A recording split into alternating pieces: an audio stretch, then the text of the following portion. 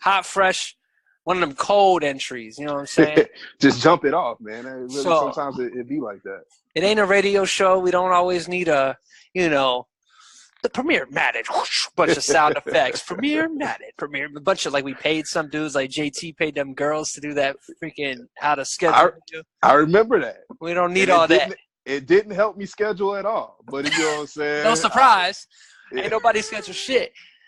So, cold entry to the Premier Madden podcast. You know, it's your boy Finn joining me for his second episode. Yes, King sir. Mike, what's up? What up? Hey, man. Chilling. There ain't no controversy. There ain't no controversy this time. No, not at all. Even the first time, man, it was all love. We was doing that to, keep things fresh around here. That's all. Uh-huh. Yeah. Well, that's because the season ain't started yet. So right. Death by Inside Zone yet. Not yet. You know what I'm saying? But, hey, I don't even know if I'll need that Inside Zone too much now. Bro, we were just talking about Jay-Z, right? I'm about to drop a track. We're gonna redo Jay-Z's Death to Auto-Tune.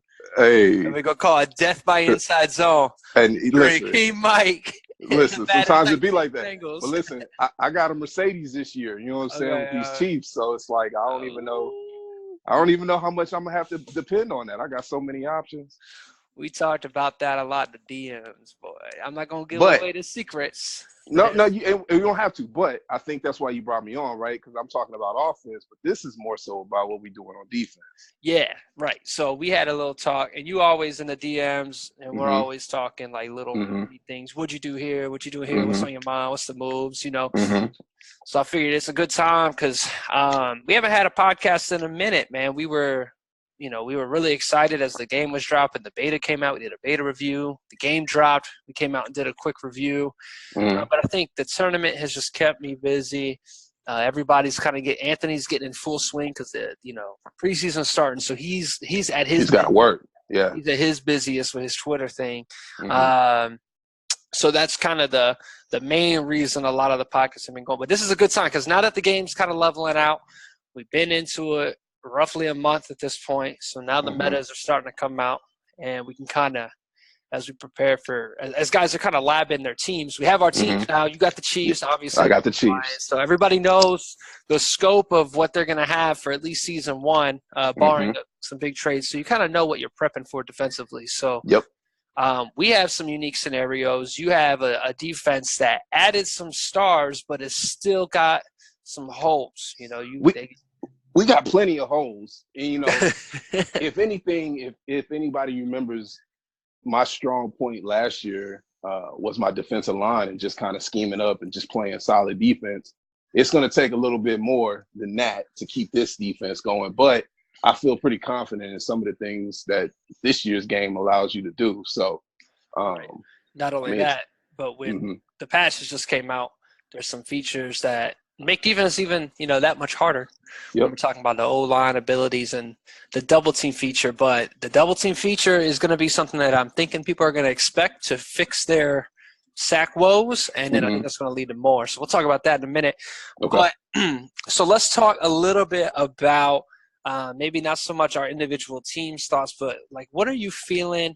It seems like from the games that I'm seeing within the PML Invitational. Also, congrats to Mo. We had a defensive game after all the offensive stuff that's been going on. We've had a pretty solid defensive game.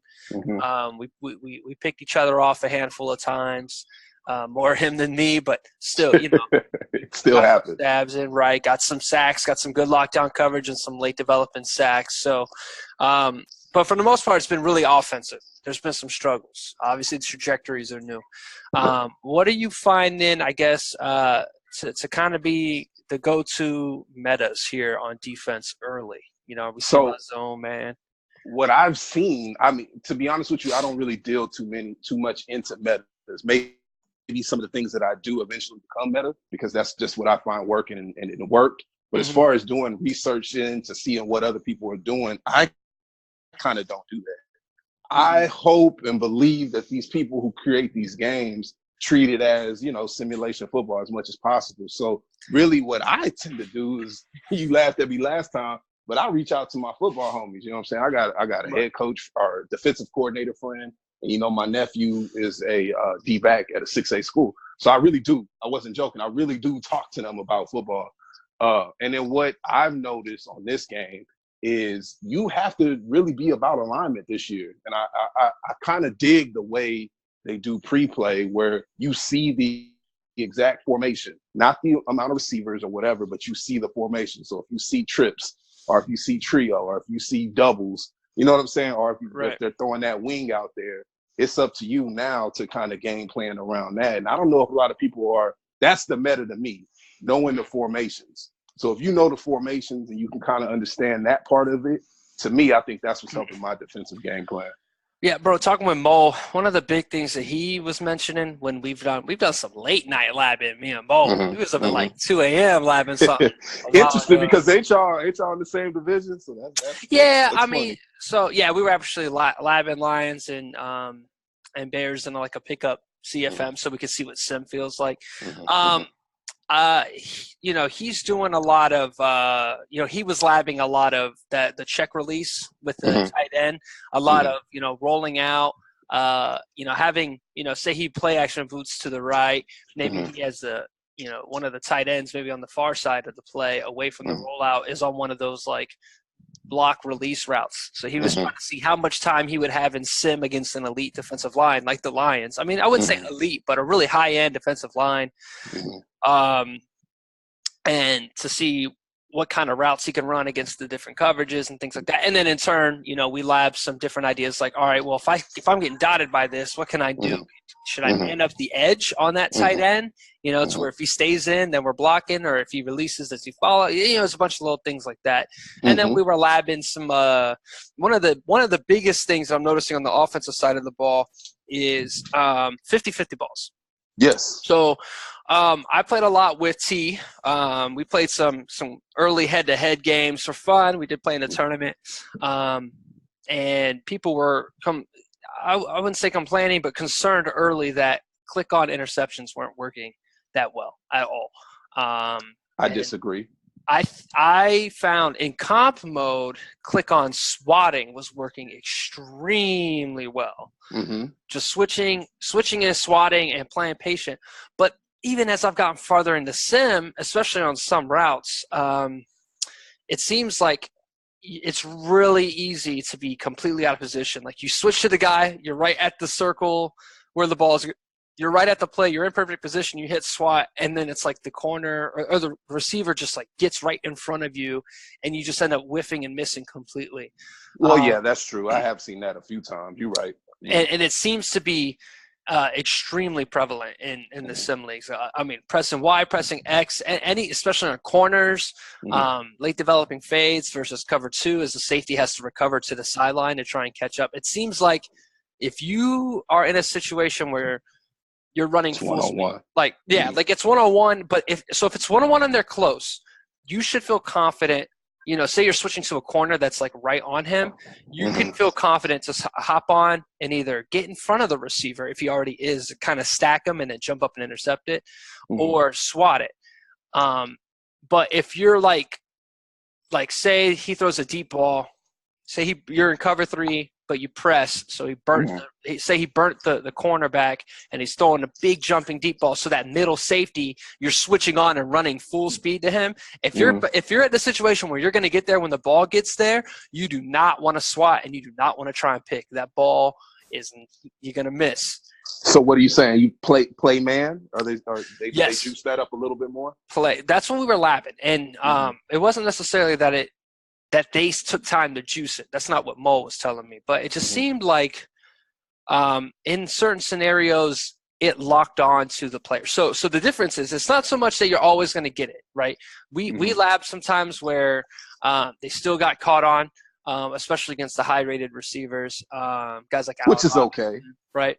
Because playing man, the whole point is just to knock you out the big play, and that seems to be one of the big things. But we'll get into that. This specifically is when you're pressing X, you're pressing Y. It's interacting with where the ball is, and your player doesn't think about like shooting games. How you have like when you play games like Call of Duty, you have that like aim. Like that aim. No, like first person shooters, not like I went straight to basketball. Not like you want to release at the top. What am I thinking of? Aim assist. That's what I'm thinking of. Like aim assist. Okay. There's no aim assist there. You have to get to where the ball is and press press Y right where the ball is at. But it seems like when you press A, it locks on your player to where the receiver is because it's locking into the animation. So you're just going to be in better shape to make a play, whether it be just making the safe tackle there or even getting forcing a catch in traffic, which means that it's a higher chance of it being dropped. Yep. We didn't really see any interceptions off of that, but we saw way more consistency, which seems to be the move in that scenario. It's just to press A and it'll lock on for you. You don't have to accidentally miss it, especially if we're talking about lag, bad internet, or maybe you play a weird camera angle and you don't really, you're taking bad angles. That seems to be another one. People feel like because it was picks in the past, they're closer to the play than they think. And then if you really look at it, adjust the camera angle, you're like 5 yards away, and it's like that's enough, bro. 5 yards is a lot of space. It's 15 feet, And see. What I feel about that, I think all of that to me, and again, I'm not mold and I'm not a programmer, but for me, that feels realistic to a certain sense, right? Compared to last year. Because, last year, we were just picking and taking everything. You know what I'm saying? Like, I get it, right? Like, as a defensive-minded person, I do enjoy a defensive game, right? And I do enjoy having the power to kind of really just shut someone down. But let's be real about what's going on in football in real life, right? It's good. People are scoring a lot. And if we're playing simulation football, then things are going to start leaning towards what happens in real life. So, again, I don't know if they did that on purpose, but if they did, kudos to them because at least they're trying to make sure that we're mimicking what's happening out here in real life. 7-on-7 football to just all kind of offensive chicks dig the long ball type shit out here. Bro, the I can't stress enough what you need to do is you need to play defense in Madden 20. It is be okay with giving up a big play. Talk about it, man. The biggest play, bro. You can't all right, so that scenario, jump ball, all right, you're already behind. You're already chasing down a guy at full speed. So it looks like in some way, form, or fashion, you're not going to get the best jump or play on the ball.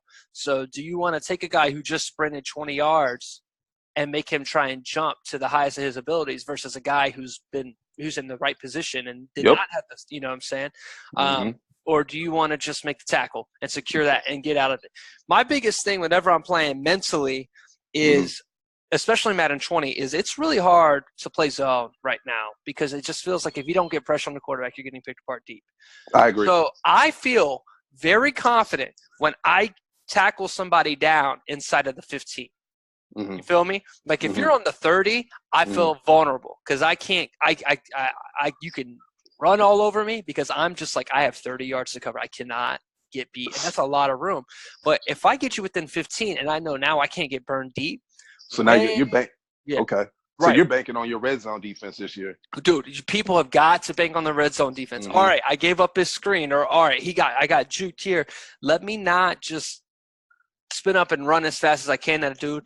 Let me not try and hit stick or strip. Oh, dude, take the strip tackle. Oh, it's gone. Out of your arsenal. Don't work. It's gone. Don't try it. Don't even think about it. And definitely don't even think about it against a superstar player or higher. Don't play that game. Just be like, all right, he got it. He got the read. He got the pass. I feel you on that take right there. Like, if you know me, I play patient on both sides of the ball. So I think people who come in kind of thinking like Tony Dungy on defense, not necessarily running a Tampa 2, but that bend don't break, and then we're going to lock up as soon as we get closer to the goal, and we're only going to walk away with 3, or you're going to press so hard to try to get that 7 that you're going to make a mistake with less field to cover. That's okay. That's real football. Exactly. You're like, all right, wow, that sucks. But you can either make this mistake in the middle of the play and give up 7, or you can trust your red zone defense that you're labbing, that you're prepared for, and it's harder to beat. And you may either get a turnover or you may just force 3 points because that's the scenario, right? Do you find yourself making coverage adjustments, like taking like you're doing anything like that? Or are you running stock and just changing and being different players. So what we kind of talked about in the DMs, I don't know if it was you specifically. I think cover two is still my core defense. Cover two is the easiest zone to beat right now. Yes, it's the easiest zone to beat right now because it's finally really the safeties don't have the leverage they have. So if you don't have an elite safety that can really cover from hash mark to sideline, you're in trouble if you don't disguise your cover two well, or if you play hard flats, because you're going to give up the sideline play a lot of the times. So as long you have to discover things like cover two drop four, right? So it looks cover two, not cover two drop four, cover two show four. So it looks like cover four, so they may think that there's an out route available, and then they scoot up and then the out route's not there. Or man aligning or things like that. Like, there's different things you could do. Sometimes I'll take that middle yellow linebacker and I'll put him on a deep middle and then shade outside. So that's okay. Or maybe even move my safeties outside. So I'm discouraging that pass down the sideline without giving up too much deep middle. So what am I giving up? Mid-middle, short middle. But you mentioned bend, don't break, bend, don't break. That's what I'm trying to do in cover two. I'm trying to force you to say, I want you to see cover two and go, oh, I have a post, or I have a sideline fade. And then I take that out of the play, and then by the time you realize it, we've sacked you, or you force that throw, and we make a play on it, or some of the better players are going to check down, but that's okay. You just you won that down. Me, I love to check down. I ain't tripping. No, I'm just saying. Here's another thing too that I try to do that, maybe I'm blowing my game plan a little early, but to me it's a mind game anyway. I really do come out with that base line, like from the coach adjustment. You know what I'm saying? And I do not stay in base line. I get the cadence of your offense. So if you're coming out and you're kind of quick snapping or whatever, I'll base a line, and then when I know I have enough time to get right back into the lineup assignments that they need to be in, then I'll go ahead and hit that triangle left and get them where they need to be. So that's working for me to keep people not knowing what my coverage is and allowing me to do all of the different coverages, because if you're base line, it looks the same. But if I don't get them into the spots they need to be in enough time, it definitely can bite me. As far as people being out of position, especially if I try to run man, and I, and they're in trips or something, and my corner has to sprint to the other side. So that becomes an issue. But it's been working for me just to keep people on their toes, because I can read a defense like anything this year. Like, it's really simple to read defenses this year. Right. Even though they shorten the amount of time, it's pretty simple to read defenses. Yeah, it's you're going to have guys that do a lot. What I've seen people do that I don't do, but it definitely leaves me a little confused, is a lot of they come up and press and they back them. Like, it's just so much movement pre-snap. Yes. I'm like, that's what I do. And I'm like, I don't know if it necessarily works, but it does stop me from reading. It makes me go, well, it has to be one or the other, but I'm not as confident than if they come out and they just sit there. So if it's your game and that's something that you guys find you can do, which is, baseline, press, off man, off press, off press, as long as you don't get caught or you have safety measures in place, keeping that in mind. Another thing that I think people are going to explore is going to be using safety this year. I think a lot of people are discouraged by the trajectories, and they're struggling with their linebacker play because they're not getting away with the things that they've gotten away with before. Yep. A lot of it. So Mo used the safety a ton yesterday. Now, granted, he was the Chargers, and I don't know how he's going to – I don't know if his game plan is to do that with Eddie Jackson for the Bears or whatever. If I remember correctly, he kind of used it to safety last season too, I think. He does. He has, especially in his cover three looks. I think that it kind of leaves you susceptible to kind of breaking your shell. So safeties are so involved in the core shell of a defense. And whereas linebackers have a little bit of more roaming room because there's the safety's behind there to make a play. I feel like if you really catch the safety out of position and you have a guy who doesn't understand angles,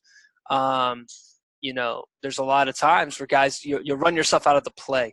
So how, on the offensive side, how do you stop that? How do you stop a guy who's using safety, who's literally taking out all your passing lanes because he has a true fast elite defensive player? And I think the key is at that point running the ball. Yep. So if you're using safety, you need to have a plan for what happens when they start running the football. It's really easy to get moved out of a gap if you have a person who's smart with running the ball that can kind of set you up to make you go inside and then bounce, go outside, you go outside, especially because if you don't have a strong linebacker core. Now, guy like Mo, right, it's got Roquan, that's got Danny Trevathan, he might be a little bit more He'll be okay to do that versus you, right, because you do have Thornhill, a rookie safety. Rookie, Juan, yeah. And then Matthew.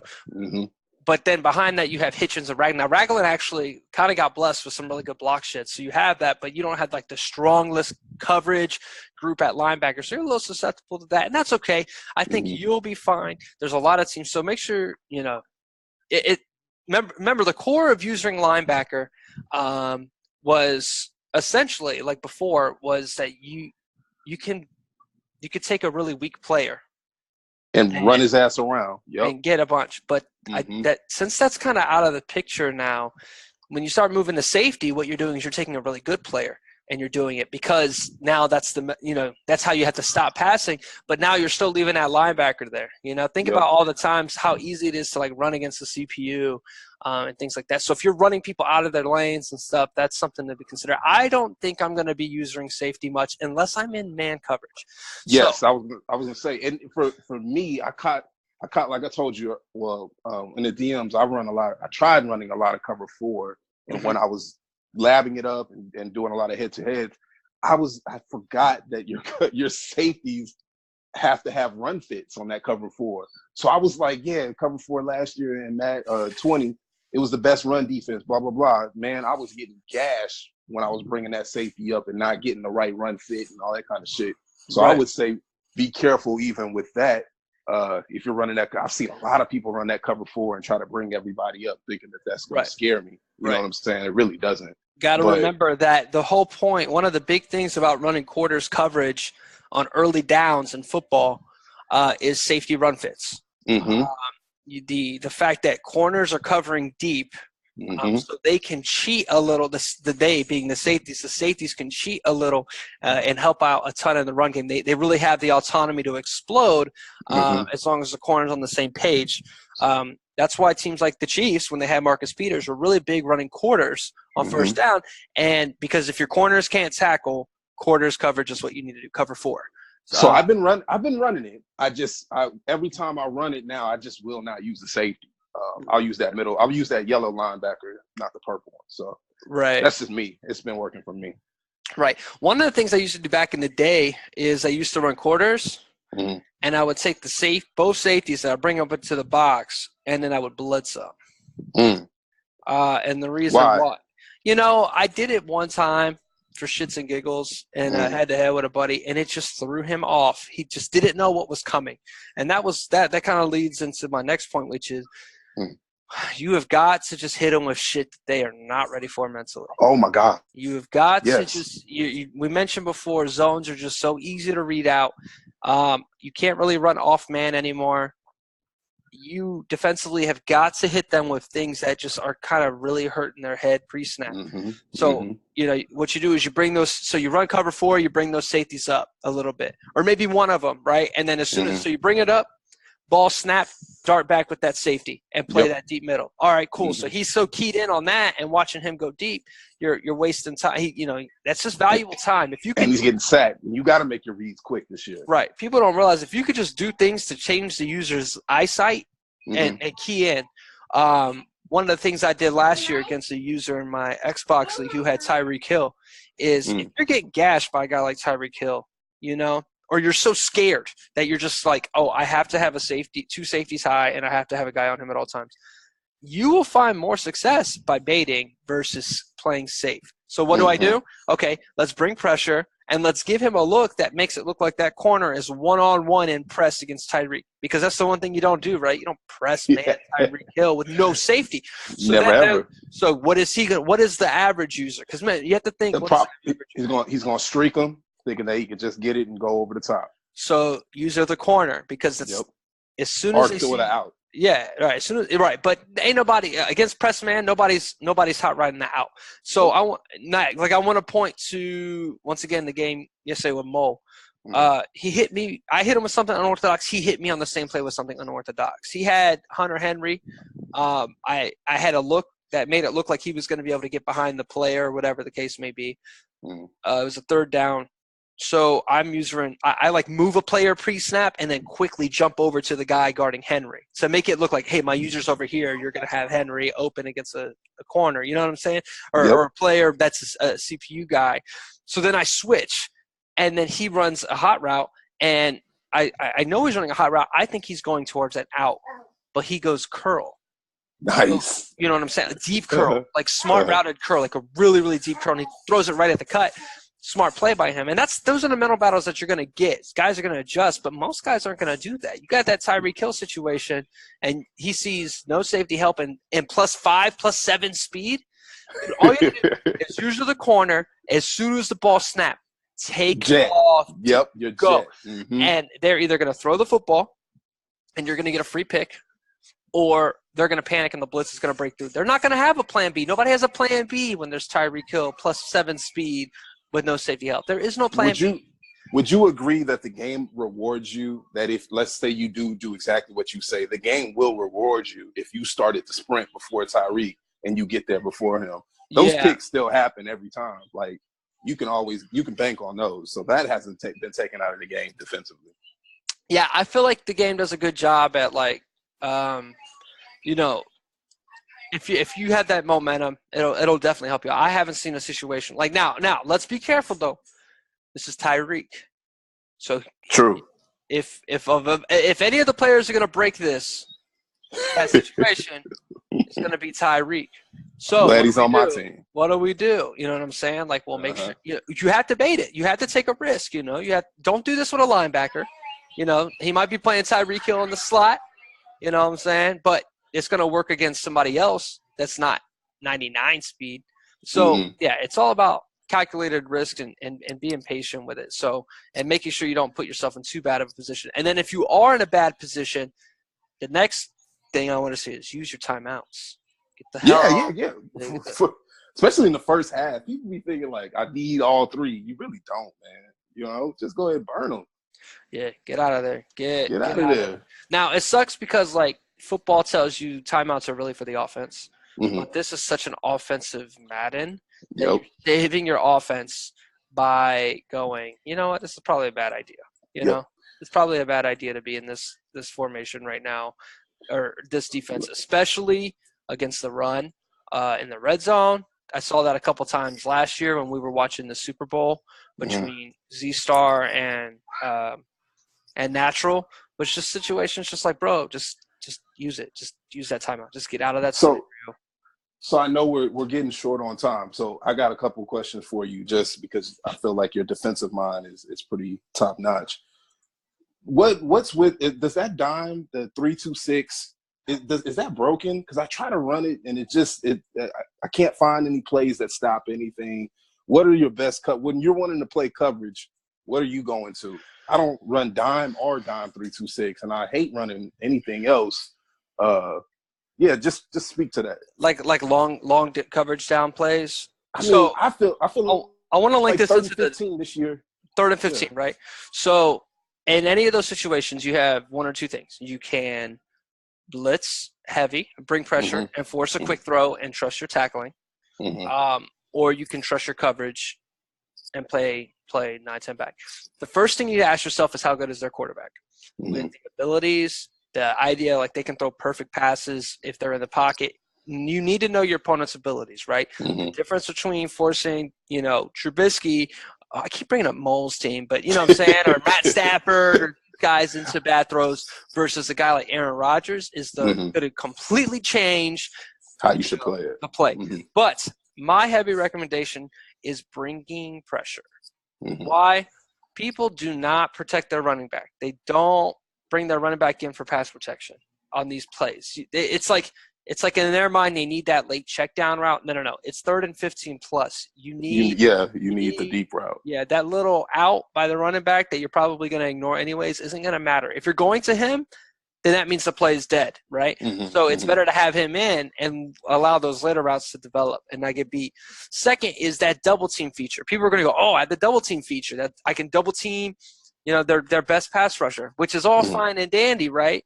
But you open up the other side. If you don't protect one, that means you're leaving all the other guys on one-on-one if they have 2 premier pass rushers. So that means you're hoping that guy wins. 2 is if you don't protect your running back and then you double, then that means you can only guard 4 guys with 5 people. So that means normally if you're protecting 5 and they're blitzing 5, you'll get that pickup and then still have the running back to throw to or whatever.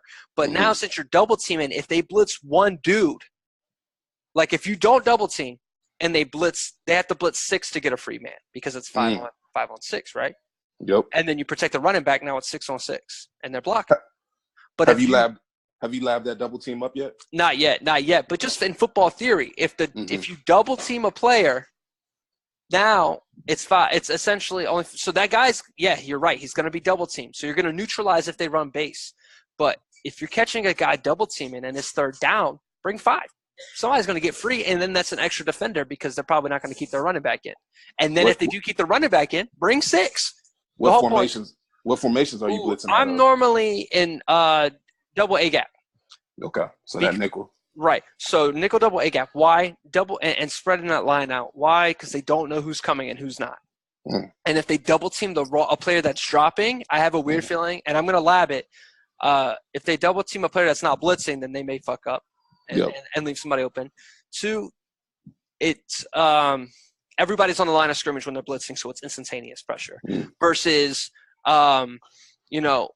versus like them coming from like what is the overdrive blitz or whatever it is where they're blitzing from nickel normal both safeties. I think having everybody on the line of scrimmage makes them quicker. They're quicker.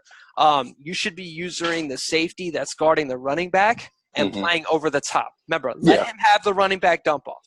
Let him have it, and then if he protects it, you need to have a hot move. In your mind, you have to be watching – I'm watching the running back pre-snap because I'm going to trust my guys in off-man coverage and my blitzers. If he protects the running back, then you, in your mind, you need to go, okay, find work. Yep. You know what I'm saying? Find work. Do I need to go double team for this out route maybe on this receiver on my side? Or maybe he protected the tight end. So now we have 3 wide receivers against 4 coverage guys. Go find work. Don't get caught in no man's land while he's got all day to throw. Yep. And keep in mind, right, like I said earlier, if you're using the safety, that means you need to be trusting your best man corner. You're going to have to trust your best man corner. I'm going to have to trust Darius Slay. So Kendall Fuller. Right. In that scenario, I'm going to go, okay, if he keeps the running back in on this blitz to pick it up, then I'm going to go help the tight end. I'm not even going to worry about Slay. And, is he going to get burned every once in a while? Probably. But you can always put Slay on his second best corner and then go help the corner that's on their best receiver. Sorry, you could put your corner – I could put Slay on their second best receiver, sorry. Yep. A lot of things that people do is like they'll get like Jalen Ramsey and you'll play like the Texans. So let's say Jalen Ramsey, they'll put him on Hopkins and then they'll double Hopkins. And it's like, all right, you don't need to do that. That's fine and dandy. But now A.J. Boye's got 95 speed Will Fuller by himself. So what you should consider doing is taking your best corner, putting it on their second best wide receiver and leaving his ass on an island all day. They're not throwing his way. Then put all your attention into doubling their best receiver. You've now neutralized 2 receivers, and you're forcing him to beat you with his tight end and his third best wide receiver and his run game. But because you have a double team that, you can devote the other safety to the tight end and devote all your linebackers to the run game. There's just more things that you can do there in that scenario. And if you get him in 3rd and 15, don't sit on it. Bring the heat, tackle safe, make it go. The strafing. And when you tackle, hit that A button. Don't strip. And I think you got to go down. I feel like I got you in the zone, man. So let me get one more quick Two more quick fire questions. No, right? you're good. You're good. You're good. Right, I'm good. If you gotta go, you're good. But we can keep going. No, I'm good, man. While we got you here, you might as well give a chance to all the people. Let's go through the formations, and I want to see if you could say why they're good or not good, or should they be used or not. Right? That's kind of what I'm thinking about. All right. So when you go like 3-4, and you have your odd, your under, your solid, and your even, what does that mean? All right. So or does it even matter? Does it matter in Madden? So odd is God. That's what he's got to think. 3-4 odd is God. But very similar to what we talked about. Very similar to what we talked about with that double A gap look with nickel. Is the whole concept of the 3-4 is instead of compared to the 4-3, which has 4 down linemen that are the assigned pass rushers, right? You have 4 down linemen who are the assigned pass rushers. Because the idea of base NFL defense means rushing 4 people. Yep. Okay. So now we have 3-4. So now you have 3 down assigned line run blockers and pass rushers, the 3 down linemen, correct? And now you have these 4 linebackers. You have what you would normally known as your edge rushers, your outside linebackers. Let's go to Denver for a second. Let's go Von Miller and Bradley Chubb, right? And then you have 2 other linebackers, 2 interior linebackers. The idea is we most associate those outside linebackers as the true pass rushers on the team. Okay. Whenever we go nickel, we take one of the big boys out, and then we scoot those 2 edge outside linebackers up to play defensive end, right? Okay. In the nickel. But when we're in base 3-4, very often, especially in cover 3, cover 2, and all those zones, we're still only bringing 4. So one of them's dropping into coverage. So the big thing about 3-4 is personnel management. Okay. Not everybody's going to be like, say, Matthew Judon, who was a defined edge rusher who just happened last night and had like 80 zone. Those don't exist, but those guys are going to be dropping in coverage. So whenever the idea of 3-4 is you don't know which we know we have 3 pass rushers. You just don't know which side. We don't know which side is coming, and even are they both dropping and we're bringing one of the middle linebackers. You'll see, what is it called? Cover 4, Mike, I think it's called, and it's the Mike blitzing. It's the Mike is the 4th one. So even on quarters, one of the Mikes blitz too. Right. It's cover 4 quarters. Yeah, it's cover 4 quarters Mike, and it's both edge rushers are dropping to purple zones. One of the Mike rushers is coming in, and the other 3 interior linemen are going. So what am I doing with 3-4? Your best thing to do is to use it as plugging run lanes and getting a little saucy. And I normally will blitz both outside linebackers. One, because if it's a pass, if we're talking about an early down pass, it might be play action. I just want to bring that edge heat anyways. And you're manually, so if you come out and cover 3 match, you're going to take blitz. Yeah. Yep, I go over to the one the edge rusher that's in like probably a purple, or if I'm running 3 flat, then a flat, and just blitz them and just get up. And if they run to that side, that means he's not dropping; he's committing as an edge rusher. That's just more bodies on the run defense. And then then my 2 middle linebackers just have to play cleanup work in the run game, and then in the passing game, if they're under center, that's just an extra man coming. It's just more pressure on them. Make a decision. Right, and you got to make them throw the football. And you really, at that point, you're playing run and shell defense to kind of protect the deep ball for deep play actions, forcing underneath throws. You got to live to fight another day if you get caught. So that's where I'm thinking with 3-4 odd. And then the rest is just alignment, which you need to pay attention to if you find yourself getting toasted on certain kind of runs, dives, stretches, and things like that. Odd works a little bit better versus 3-4 even or things like that. And laughing. So that's where. But odd is God for the most part. All right, next question. Let's talk to us about these nickels, right? You talked about the A gap pressure, but what is big nickel compared to 3-3-5 odd? They both kind of look the same, but not really. So let's see here. I may have to pull it up. Because I'm actually not a 3-3-5 guy. Okay. I never really have been. The idea with let's see. Well, then speak to the big nickel then, because everybody has the overguard. Right. So big nickel over G, right, is you need to think of it as I want to run nickel, but every time I run nickel, I keep getting ran all over. Right. You're like, damn, I want to run nickel because I want more DBs on the field. Maybe my linebacker group is weak. Maybe my or we're bad in coverage. You know what I'm saying with my linebackers. I don't have enough speed. I want some speed on there. Or maybe my defense just happens to have 3 solid safeties. Guys that, you got one box safety, got some couple, and maybe you're just sitting there. Maybe you just drafted this safety who just happens to have good hit power, good speed, or something like that. And you're like, man, I don't know where I can find a spot for this guy because I don't run 3 safeties. Well, big nickel is that, in which it's like normal nickel, which is just 2 linebackers, 3 corners, and 2 safeties. Your slot corner, your nickel corner, is now being replaced by a safety player. So it's not the biggest deal because in mostly like PML, you could manually put the safety in there at nickel and get away with it. But that's what the design of the formation is without having to make any real changes is. I see. Quick. Yeah, so I still have 4 down linemen, my 2 defensive tackles, my 2 edge rushers. I still have 2 linebackers, and then I have a safety out there. So why? So what does it change compared to nickel? Well, that safety is probably going to be better at block shedding. That safety is probably going to be a little bit better at pursuit angles than the cornerback is in the run game, while not having to go back to running 4-3 where you have 3 zone liabilities. So guys that works. Harrison Smith is a good guy to have up there. Just high coverage safety, maybe not the fastest guy, right? He doesn't have to be the fastest guy.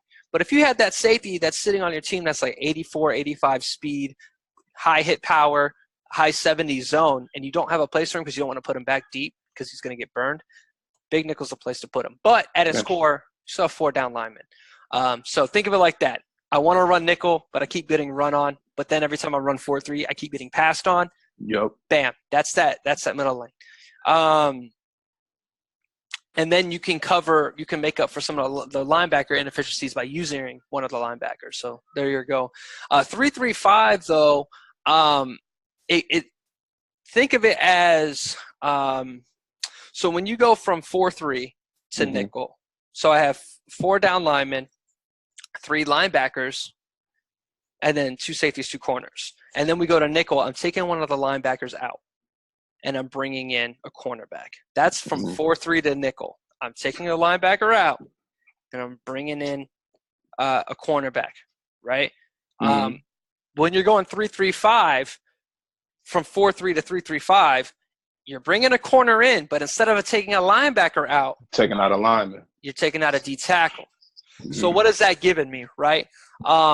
It's given me 6 strong run players. So this is good for situations where you feel like you're playing guys that are really running outside well. You want to make sure there's a lot of speed on the field. Sometimes you may have 2 interior linemen, but they're just they're not helping. You're playing a guy that's real stretch heavy. So these 3-3-5 concepts where you bring in your edge rushers that probably have a little bit more speed. You bring in some linebackers that are probably by default going to have higher pursuit, higher block shed than a safety in big nickel or cornerback. But it still allows you to have 3 corners so you can go ahead and play man coverage or play cover 3 with comfort, bring a strong safety into the box, and now it's effectively a 3-4 with a corner on the field. You're just playing a little small inside.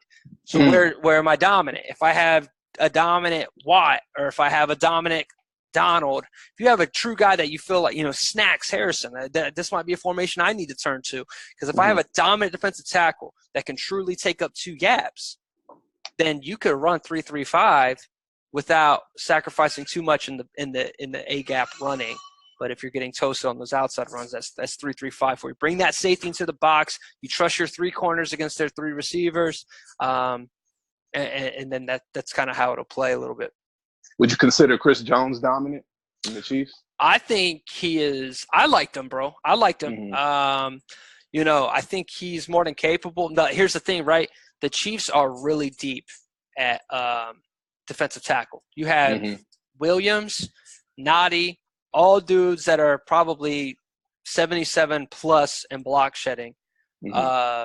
So for you, let's see. I'm going to pull up your guys. I'm looking at Noddy right now, or Chris Jones, that's got 86 block shed. You have Derek Noddy, that's got 84 block shed, and then Xavier Williams that's got 75. So, you're taking – if you're playing if you're looking at defense and you're like, man, I'm taking out players that are struggling, you know, I'm struggling to stop the run. You don't want to take out your top run guys. Yep. What you could probably look into doing is spreading your line out. Keeping Noddy, Jones on the field. You're going to have to trust your 3-4 quite a bit, which is good because you're not super deep at corner. So, you know, there's a definite drop-off when you get to, like, Keon Crossan and Cameron, you know, Cam Sutton. Actually, Crossan isn't on the team. Crossan's on the team in the league that I just looked up. So, but after Breland and Fuller, you're not really living with the best corners. At all. So make sure, you know, look at it and be like, all right, this is the kind of another thing to consider is when people do scheme changes and they go to 3-4, if you don't have a lot of speed with those outside edge players, you got to be careful. Guys like Alex Okafor, like look, those outside linebacker positions, they a 3-4 outside linebacker, while technically is an edge, more is asked from them from an athlete standpoint than a 4-3 edge. So making sure you know your personnel before you scheme change or before you run a custom, because you'll be like, oh, I got all these formations. Why is it not working? Well, it's not working because you don't have the speed to play that, or you're not aligning well, or you called the right defense and then you like base aligned or you pinched. You're like, all right, we're getting toasted by that. And then you come out 3-3-5. You're like, I'm getting toasted by outside runs. I want to keep linebackers on the field, keep edge rushers on the field without sacrificing my nickel corner. So you come out and you're 3-3-5, and then you pinch the D-line. Because you look at it and you're like, oh, I'm going to get ran all over inside. And then you pinch the D-line. Well, you just eradicated the whole purpose. Yeah, you just eradicated the goal. Force them to power run you, bro. Force them to dive and run a gap. It sucks, but nobody wants to do that. Nobody wants to put together a 10-play drive for 3 points. Everybody wants a 4-play drive for 7 points. So the more you could force them into uncomfortable situations, and then they go, oh, shit, I finally got this dude open on the post versus cover 2, and then you have it prepared for – Got it. You know what I'm saying? Yeah. So that's what I would say when we're talking about those scenarios. Woo! Finn with the master class, dog. I love it. Let me win some games before we use my – all right, because, yeah, bro. Let me win some games. So